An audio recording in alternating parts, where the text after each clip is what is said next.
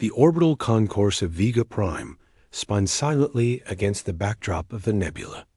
It was shaped like a vast silver flower, its petals holding the pressurized domes of meeting halls and observation decks. In one such dome, with a clear view of the swirling purple and blue gases outside, 5 beings sat around a smooth, circular table. The gravity here was set to a gentle median, uncomfortable for no one, but perfect for no one either. It was neutral ground. They were ambassadors, warriors, and lords of their respective species, gathered for preliminary talks before a larger galactic armistice conference. But first came tradition, a showing of strength, a display of pride. It was a dance as old as the stars themselves. Tavor spoke first. His voice was a low hiss, the sound of scales sliding over polished stone. He was reptilian, with eyes like chips of yellow amber and a crest of bony plates running down his spine. The Saldari Collective does not come to these talks from a position of weakness. He began, a forked tongue tasting the recycled air. Our latest World Render-class dreadnought, the Claw of Sarek, currently holds position beyond your sensor moon. Its primary plasma lances channel the energy of a small star. In our last engagement, we melted the polar ice caps of a rebel world into steam. The crust flowed like water. It is not just a ship. It is a statement. He leaned back, his claws clicking on the table. The statement was clear. We can end your biosphere without landing a single soldier. Next was Ilara. She was avian, her body covered in sleek, blue-gray feathers that shimmered under the dome lights. She preened one wing with a sharp, delicate beak before turning her large, black eyes on the group. The Kethran Sky Covenant values precision over brute force, she chirruped, her voice musical. Your world render is impressive, Tavor, but it is a lumbering giant. Our Storm Dancer frigates are the whispers that kill. They move at speeds your sensors perceive as ghost echoes. They slip between the firing solutions of your larger ships and deliver ionic scramblers to your power cores. Your magnificent Claw of Sarek would be a dark, silent hulk before it even knew we were there. A clean kill. An elegant kill. A low rumble came from Gorlick. He was a massive being, his skin like dark, rough-hewn granite. He was from the Grathan hegemony, a people who lived on high-gravity worlds. He didn't preen or hiss. He simply was, a monument of muscle and stone. He thumped a fist on the table, and the entire structure vibrated. You talk of melting ice and scrambling circuits, he grumbled, the sound like grinding boulders. Child's play. My ship, the Unbreakable, is a Bulwark-class planet breaker. We do not bother with delicate systems. We fire kinetic harpoons the size of your capital cities. We do not melt the world's surface. We shatter its tectonic plates. We cracked the rebellious moon of Grathus III into 3 pieces. Your stealth and your plasma are insects buzzing around a mountain. The mountain does not care. A thin, almost silken voice cut through Gorlick's reverberations. It was Silas. He was vulpine, with fine silver fur and intelligent slanted eyes that held a constant calculating gleam. The Lysari technocracy believed the mind was the ultimate battlefield. Such noise, Gorlick. Such mess, Silas said, his lips pulling back in a smile that showed needle-like teeth. Why waste energy moving physical matter when you can move thoughts? Our Mind-Weaver cruisers, like the Silent Psalm, project a synaptic disruption field. We do not crack your ship. We do not melt it. We simply turn it off. The crew stops. Their hearts beat, their lungs breathe, but the command to raise a shield, to fire a weapon, it never reaches their hands. They float, serene and useless, until we board and take what we want. It is the most civilized form of warfare. Finally, the 5th being, Creel, pulsed with a soft internal light. The Genil Consortium were amorphous, their forms vaguely humanoid, but constantly shifting, made of a glowing, gel-like substance. Creel's voice was not a sound, but a vibration directly perceived by the mind. You all operate within the same tired layer of reality. The Genil have moved beyond. Our phantom vessels, such as the Event Horizon, do not engage with your shields or your weapons. They phase. They slip between the dimensional layers you perceive. One moment, there is empty space outside your ship. The next, our vessel is inside your shield perimeter, its guns pointed at your bridge. You cannot hit what you cannot touch. You cannot defend against what is already within your walls. It is the ultimate tactical advantage. The boasting settled in the air, a thick cocktail of pride and threat. Plasma, stealth, kinetic force, mental domination, dimensional phasing. Each ambassador looked at the others with a mixture of disdain and wary respect.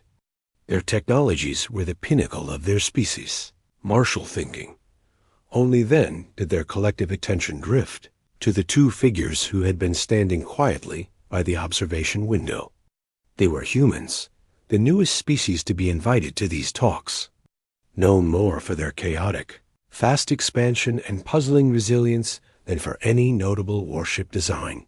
Captain Kim Jun was a man who looked like he had spent more time under suns than under artificial lights.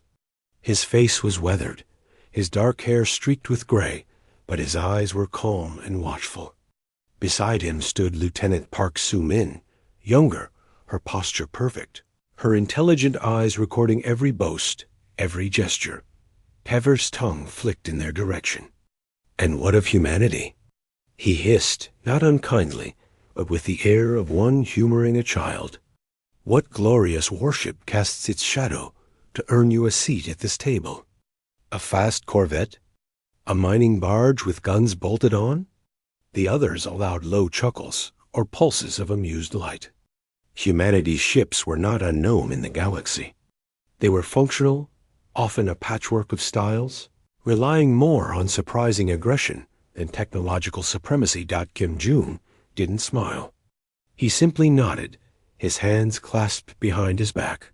He looked at each alien in turn, meeting their eyes, their glowing cores, their black orbs. Our vessel is approaching, he said, his voice even and soft. It had carried across the dome. It will dock at Vega Prime shortly. It is called the UNS Munsu. Gorlick snorted. A name.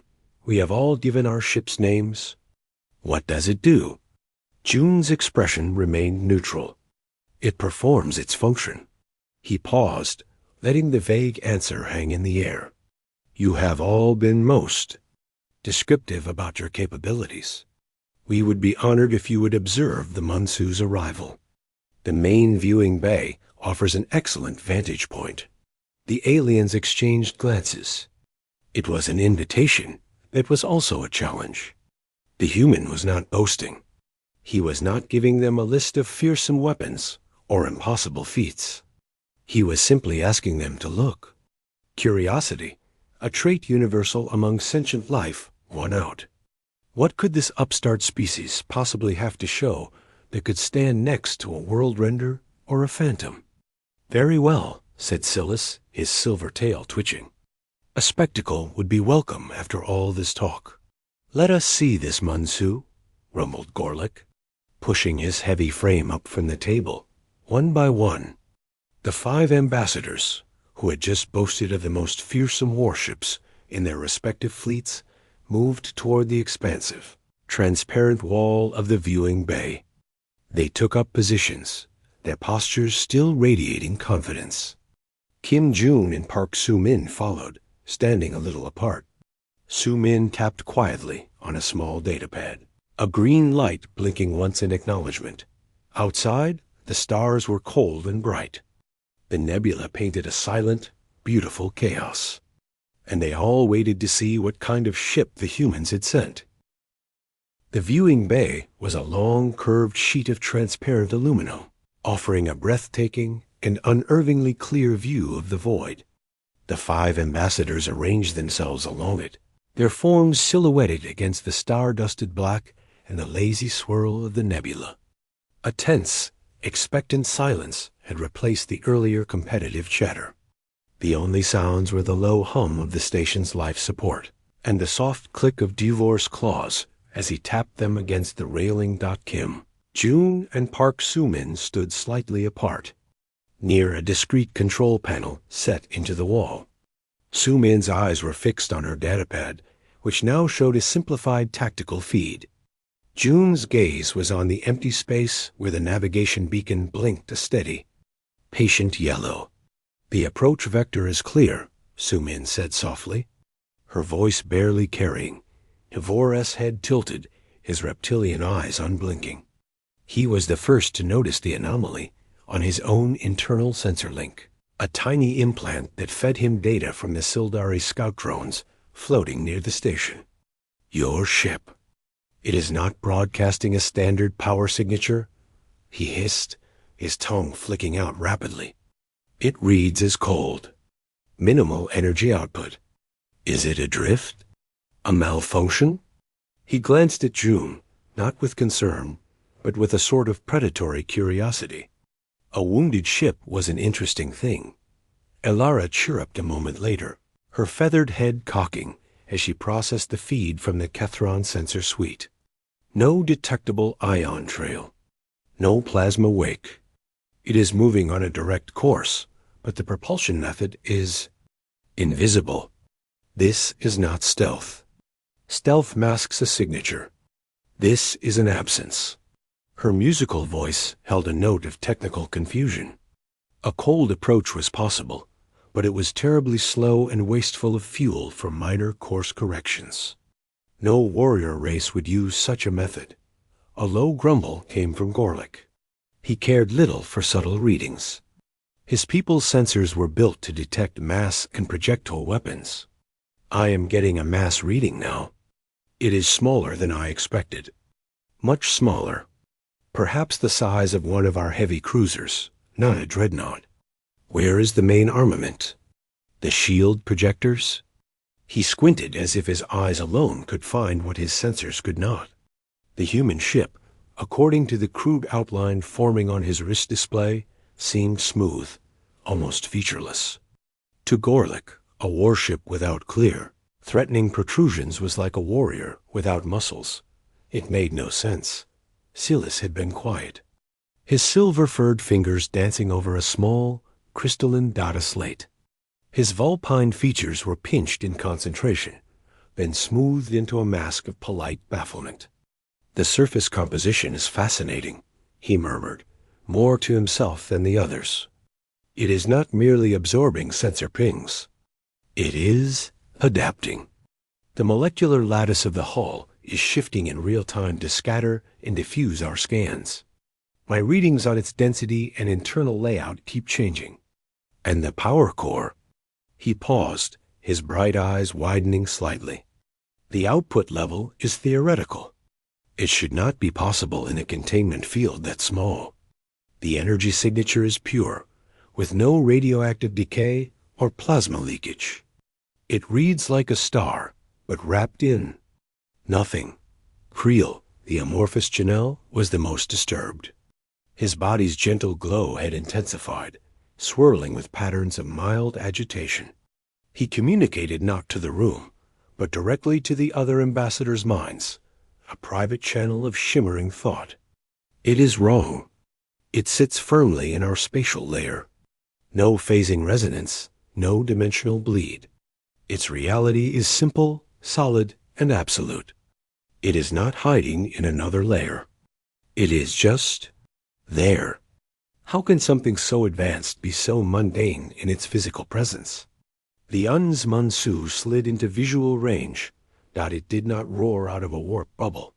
It did not decloak with a shimmer of displaced light. It simply arrived, as if it had been there all along, and the stars had just shifted to reveal it. There was no sound, not even the imagined roar of engines that space should have stolen. It was a spear of darkness against the nebulous light. Its hull was a matte, non-reflective black, so deep It seemed to swallow the light from the station and the distant stars. There were no gleaming armor plates, no glowing engine nacelles, no bristling gun turrets or missile ports. Its shape was clean, angular, and purposeful, with smooth, seamless lines that flowed from a sharp prow back to a squared-off stern. It moved with a silent, unhurried grace that seemed to defy physics.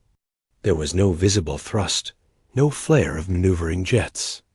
It simply changed direction and velocity with a precision that felt uncanny. "It is not turning," whispered Alara, her feathers flattening against her body.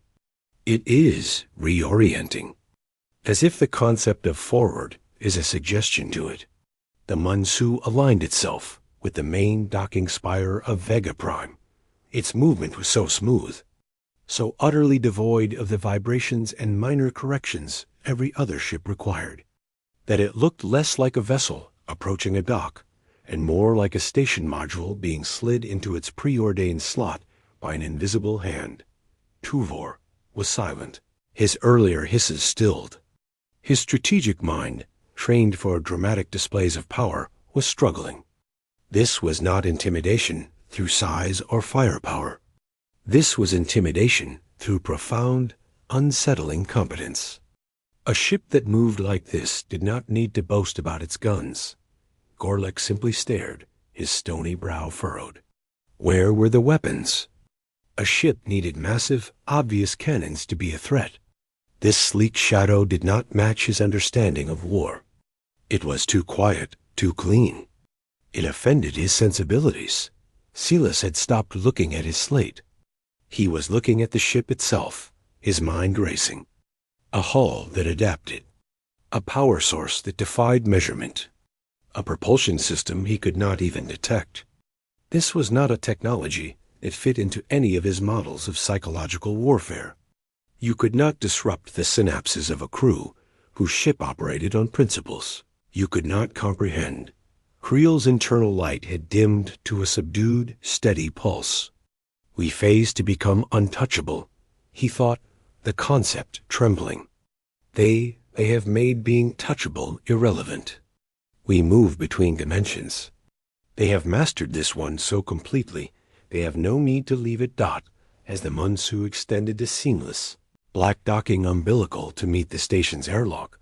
Pim Jun finally spoke again.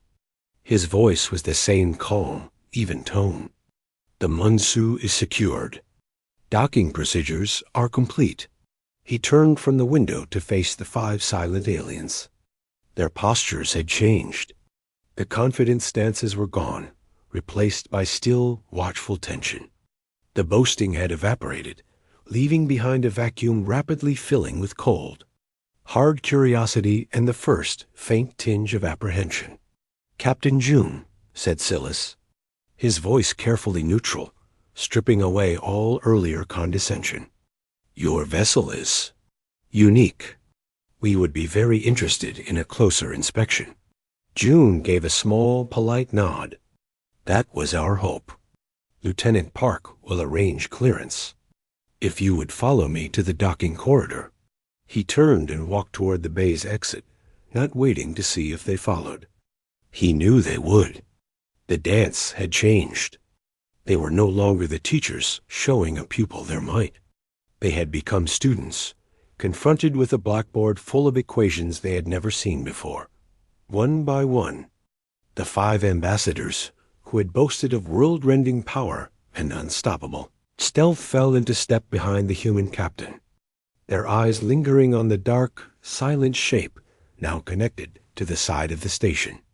The viewing bay, once a stage for their pride, now felt like a waiting room. The real conversation was about to begin inside the spear of darkness. The transition from the brightly lit, ornate corridors of Vega Prime to the interior of the Unzi Mansu was jarring. The docking umbilical itself was a simple, gray tube, but the airlock at the end was a seamless part of the black hull. It irised open without a sound, revealing a short passage that led into the ship proper. The first shock was the atmosphere. It was not the thin, recycled mixture of the station's neutral setting. It was rich, full of oxygen and the faint, clean scent of something like rain and growing things. It was Earth standard. The gravity, too, shifted subtly, settling into a firm, comfortable pull that felt natural to the two humans, but registered as stronger than standard to the aliens. The ship was not accommodating them. They were entering its world. The second shock was the light. It was bright, clear, and seemed to come from everywhere and nowhere, mimicking the full spectrum of sunlight. It illuminated a corridor that was wide, clean, and painted in soft, neutral colors. There were no visible pipes, no bundles of cables, no heavy blast doors every few meters. It felt less like a warship and more like a peaceful research vessel. Kim June led the way, his boots making no sound on the resilient flooring. Park Soo-min walked beside him, her datapad now stored away. The 5 ambassadors followed, their senses on high alert, trying to reconcile this serene environment with the menacing black exterior. Their first stop was the heart of the ship. June placed his palm on a smooth section of wall, which glowed faintly and then parted to reveal a large observation gallery. Below them, separated by a wall of transparent crystal, was the Munsu's drive core. It was not what they expected. There was no raging ball of contained plasma, no spinning antimatter containment rings, no deafening roar of energy. In the center of the vast chamber hung a complex geometric shape made of a dark, crystalline material. Around it, in perfect, silent orbits, floated several dozen smooth silver spheres. The air hummed, not with noise, but with a deep, sub-audible vibration that they felt in their bones. A human in a simple engineer's coverall stood at a console nearby. He was younger than June, with close-cropped black hair and an attentive expression. "This is Chief Engineer Lee Dae-hyun," June said. "He can explain our propulsion." Lee Dae-hyun nodded to the ambassadors, his eyes sharp and focused. "What you are looking at is not an engine in the way you understand it," he began, his voice carrying easily in the quiet room.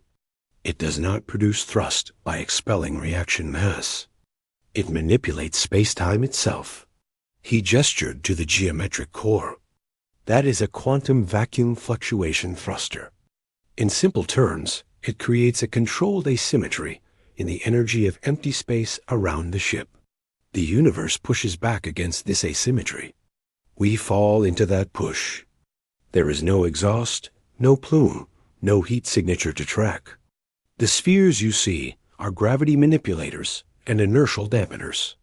They smooth the ride and allow for instantaneous vector changes." Tovar's eyes were locked on the silently orbiting spheres. His world render's engines were titanic furnaces, glorious in their fury. This was physics performed as a silent ballet. It was power with no spectacle. He found it deeply unsettling. "Your acceleration profiles?" he hissed. "Effectively unlimited by inertial stress on the crew or structure," Lee replied calmly. "The Munsu can go from a full stop to 90% of light speed in a span you would measure in minutes, with no internal sensation of movement.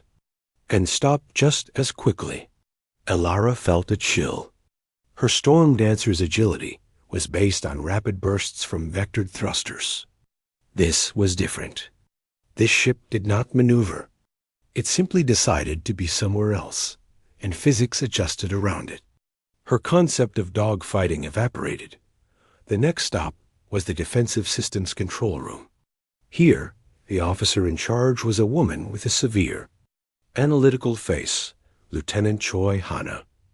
The display before her showed a rotating model of the Munsu, surrounded by layered, translucent fields. "You asked about our shields," June said, nodding to Choi. "We do not use shield projectors that create a single barrier of energy," Choi Hana stated. Her voice was precise, like a scientist delivering a paper. "A single barrier has a single point of failure. We use a layered, reactive system we call the Gorgon Array." The hologram zoomed in. Layer 1, a millimeter-thin mesh of charged particles around the hull. It does not stop attacks. It disperses and diffuses directed energy, like plasma lances or particle beams, scattering their coherence and reducing intensity by 90% before they even touch the physical hull. Silas leaned forward, his mind racing. His people's weapons relied on focused energy. Effusion was their enemy. Layer 2, Choi continued, the hologram shifting. A field that induces quantum decoherence in coherent light. In basic terms, it turns military-grade lasers into harmless, scattered light. The photons forget they are supposed to be a weapon. Creel pulsed slowly. Light was a constant. Making it forget was not a concept his technology addressed. Layer 3, Choi said, her tone never changing. For physical projectiles, kinetic harpoons, railgun slugs, missile fragments, we have a last-ditch nanite dispersal cloud. It is only activated upon confirmed impact trajectory. The cloud physically disassembles incoming solid matter into harmless dust particles before contact. It does not stop the mass. It removes it. Gorlick stared. His mighty harpoons, which could shatter moons, would be turned into a puff of metallic dust before they even scratched the paint. His entire strategy was based on overwhelming a shield's capacity. This system did not have a capacity to overwhelm. It had a toolkit to make the attack not exist. Finally, June led them to the tactical bridge, a spacious room with comfortable chairs and large, clear screens showing the starfield outside. Here, they met the young officer they had seen before, Park Soo-min, now at her station. You inquired about primary armament. June said Soo-min brought up a hologram. It showed a schematic of the Munsu's spine. Running almost the entire length of the ship was a structure that looked like a series of interconnected rings. This is the Sagittarius spinal mount, Soo-min said. It is not a cannon that fires a projectile. It is a gravity lens. It creates a stable, self-contained microsingularity, a tiny black hole, and projects it along a focused path at a significant fraction of light speed. The hologram showed a simulation. The tiny black point struck a model of a Grafton Bulwer-class ship. It did not explode. The ship's structure distorted wildly, twisting in on itself, and then collapsed into a pinpoint of nothingness, which then winked out. No debris, no shockwave, just erasure. The effect is contained within the target's mass, Soo-min explained. It does not explode. It implodes. It unmakes the target at a quantum level. The room was utterly silent. Tavor thought of his continent-melting lances and saw them as messy, crude tools. Elara saw her elegant scramblers as pointless. Gorlick saw his moon-shattering harpoons as primitive. Silas's mental disruptors required a mind to disrupt.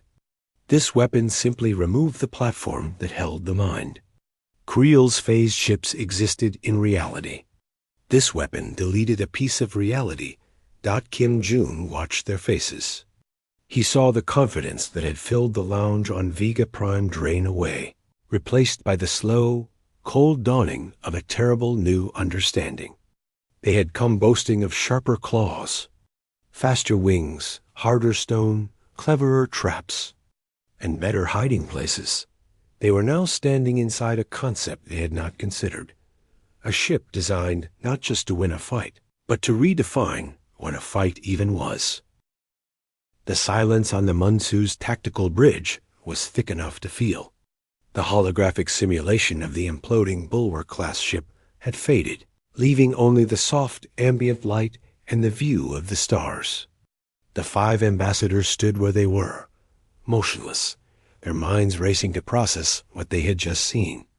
The tour of physical systems was over. Now they had gathered in a quiet briefing room just off the bridge. The room was circular, with a low table and comfortable seats, but no one sat down. The atmosphere had shifted from curious inspection to something more grave. Kim June stood at the head of the table, his hands behind his back.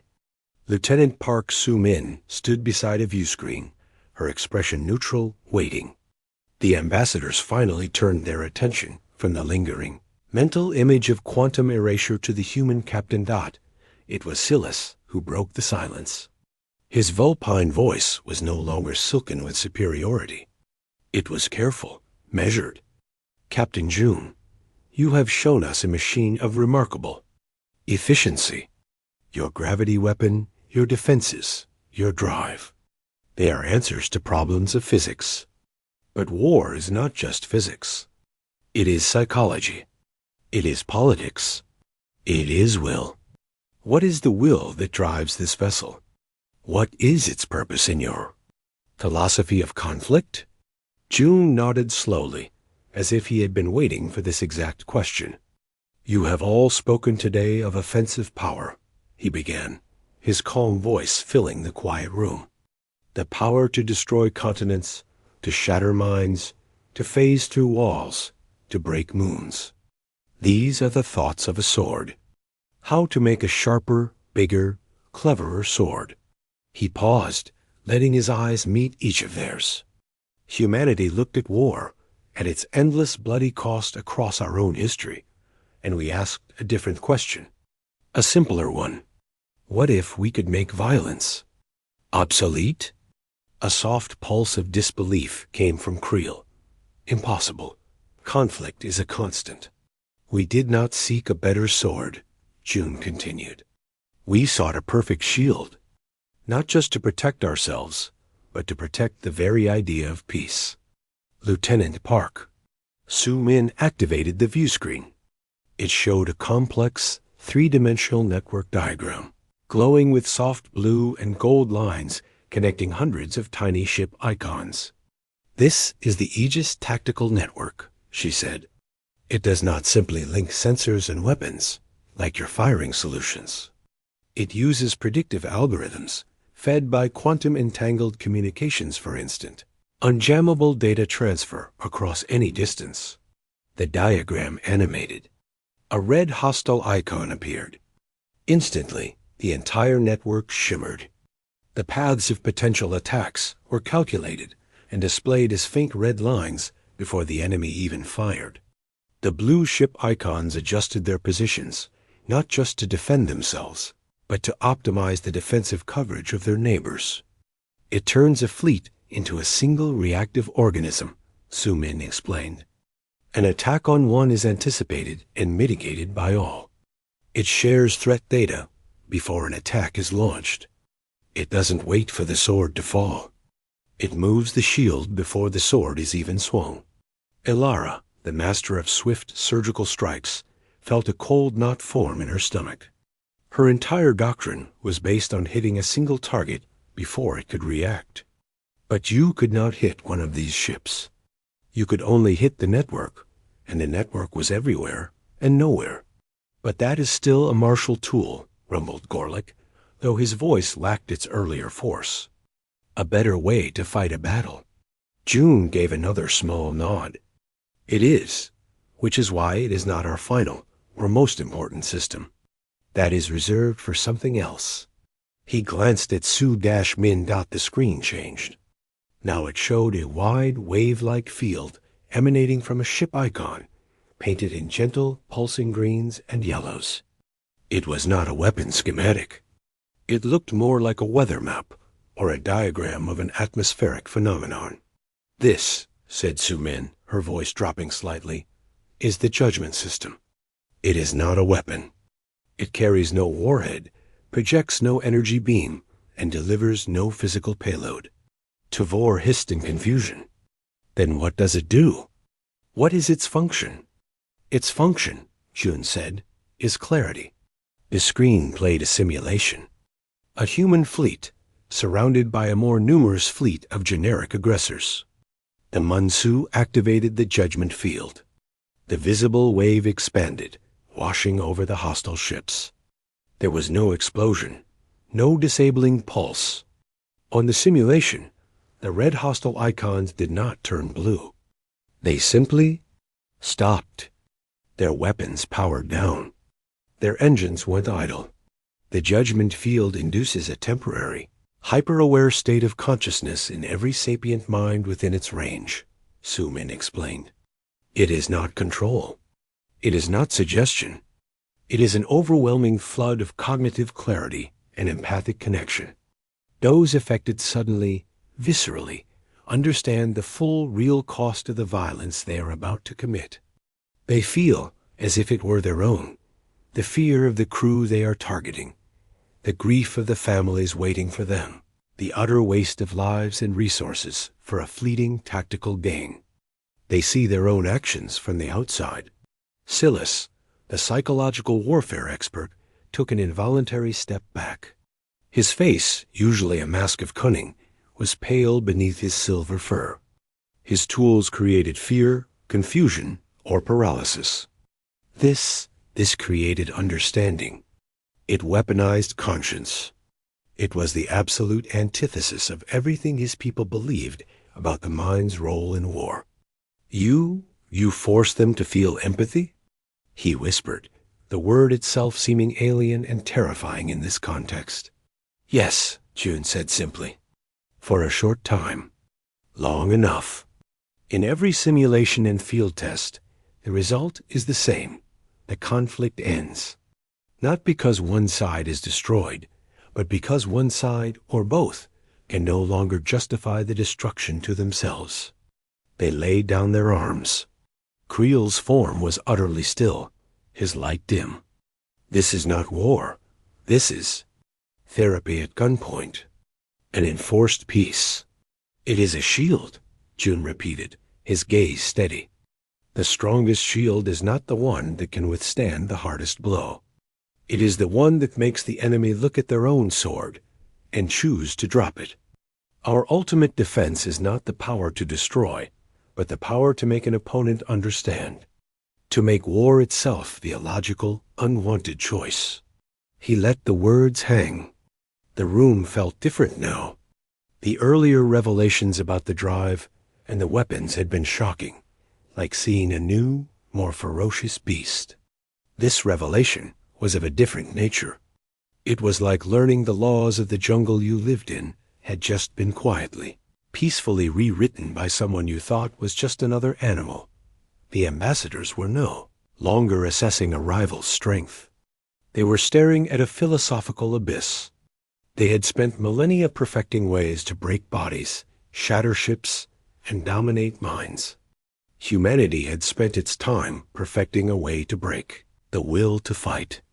The Mansu was not a warship built to win their kind of war. It was a machine built to end the very concept of war as they knew it. And in the heavy silence of that simple briefing room, they felt infinitely more dangerous than any world-rending plasma lance. The journey back through the Mansu's bright, silent corridors felt longer than the walk-in. The 5 ambassadors said nothing. The hum of the ship's perfect systems, the clean air, the gentle gravity, all of it now felt charged with a meaning they were struggling to grasp. The seamless black walls no longer seemed sleek.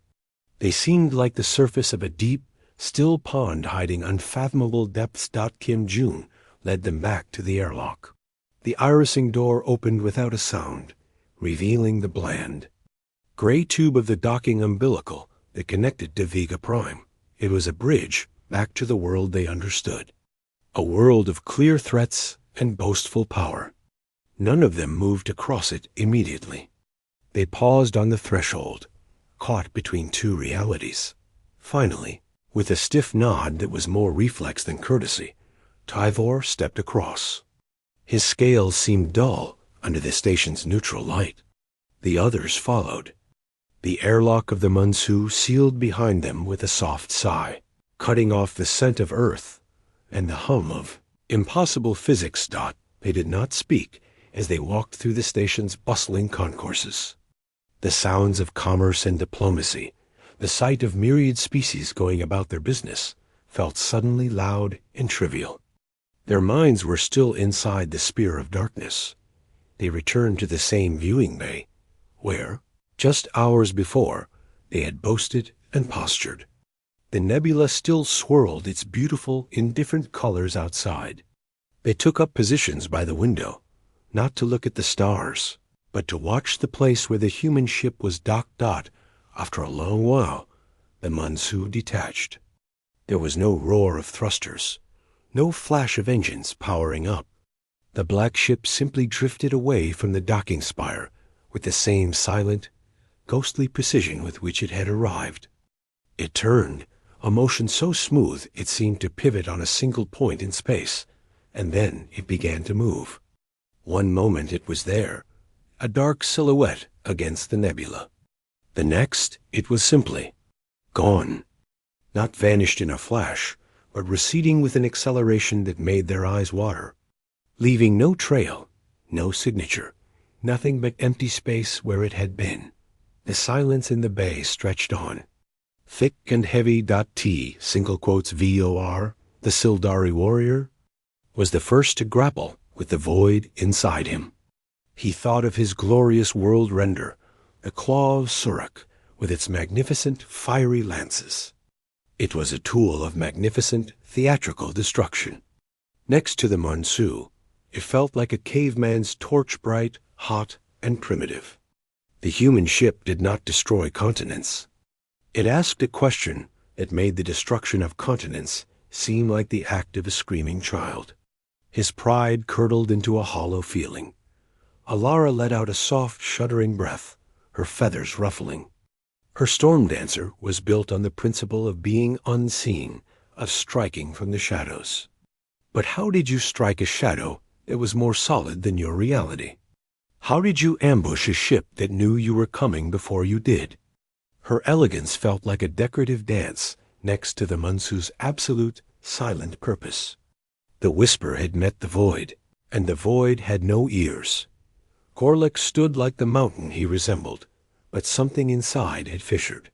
His bulwark was strength. It was the biggest fist, the hardest hammer. But the human ship did not present a face to punch. It did not have a shield to overwhelm. It had layers of no. His mighty harpoons would become dust.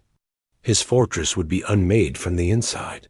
For the first time, his immense physical strength felt meaningless. It was not about being strong enough.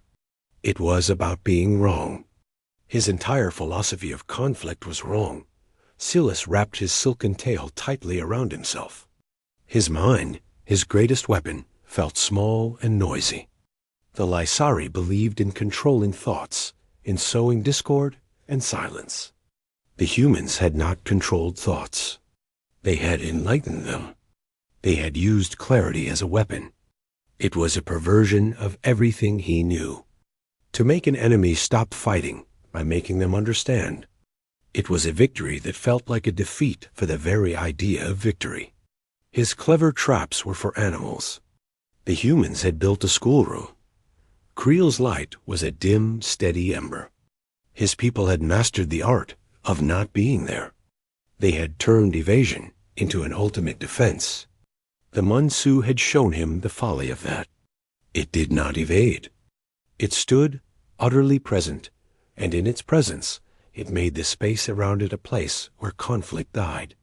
Phasing between dimensions was a trick for someone who feared the dimension they were in. The humans were not afraid of their reality. They had tamed it so completely, they had reshaped the rules of engagement within it. His ultimate advantage was a parlor game. Back on the bridge of the departing Mansu, Lieutenant Park Soo-min watched the station shrink to a speck on her screen. The silence between her and the captain was comfortable. The sensor logs show they scanned us continuously, right up until we left, she said. But the data they got, it won't match any of their databases. It'll just be contradictions. Captain Kim Jun leaned back in his command chair, the faintest hint of a smile touching his weathered face. He wasn't smiling at victory. He was smiling at a job done. They weren't looking for weaknesses in our armor, Soo-min. Not by the end. What were they looking for, sir? A place to put us, June said, his eyes on the star-dotted black ahead. In their minds. They have categories for everything. The big brute. the sneaky assassin, the mind controller, the ghost.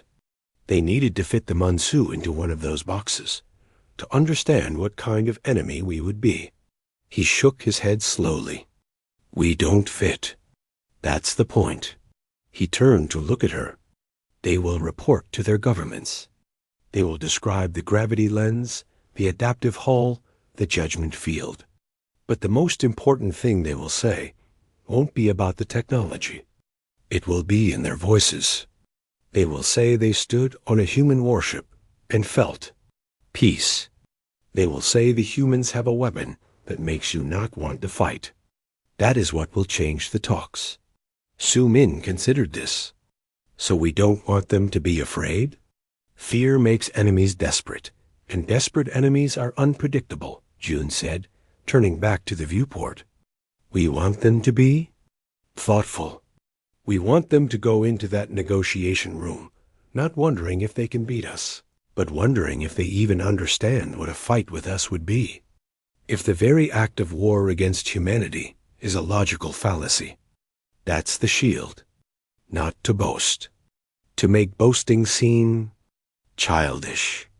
On Vega Prime, the ambassadors finally turned from the window. They did not look at each other.